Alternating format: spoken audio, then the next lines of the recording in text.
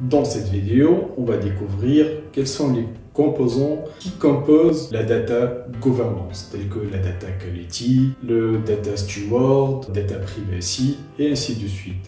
Restez avec moi dans cette vidéo, on va découvrir plus en détail la data governance et comment on peut la mettre en place. Pour toute organisation qui est créée, gère ou utilise des données, la gouvernance des données est un fondement essentiel. La manière de gérer des données doit être cohérente avec la définition des données de l'organisation. Donc la définition de la qualité des données et le cadre de gouvernance.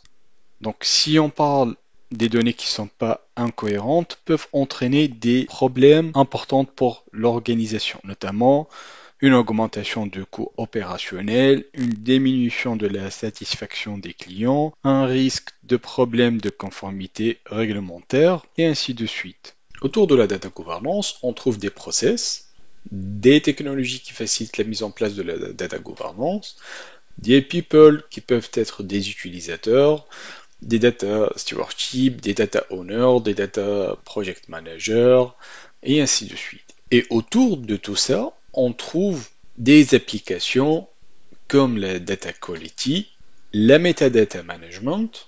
C'est très important dans un projet de data governance parce que sans la metadata, on ne pourra pas parler d'une exposition de la data vers les utilisateurs. Des masters et des références data management.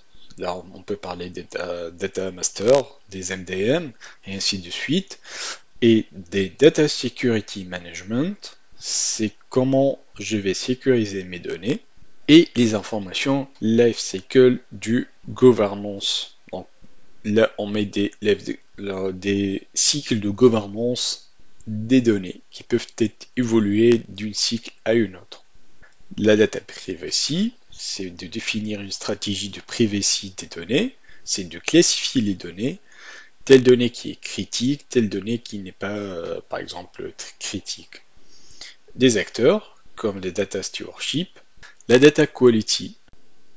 Donc là, si on passe à la stratégie, d'abord, si je vous explique qu'est-ce qu'une stratégie de données.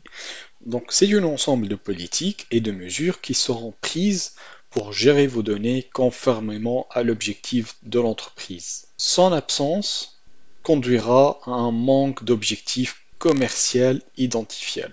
Donc la stratégie des données est classée en deux défensifs ou offensifs. Donc si on parle d'une stratégie défensive, c'est de se concentrer sur le contrôle et la normalisation étant centré sur la réglementation et la conformité, en plaçant un contrôle pour arrêter toute violation des données. La gestion des données qui génère des préoccupations juridiques, financières, du conformité. Donc si on passe à une stratégie offensive, c'est de se concentrer sur la flexibilité et être centré sur le client. L'accent est mis sur l'augmentation de revenus et de rentabilité et de satisfaction des clients. Lorsque vous vous concentrez sur la vente et du marketing, vous pouvez passer à une stratégie offensive.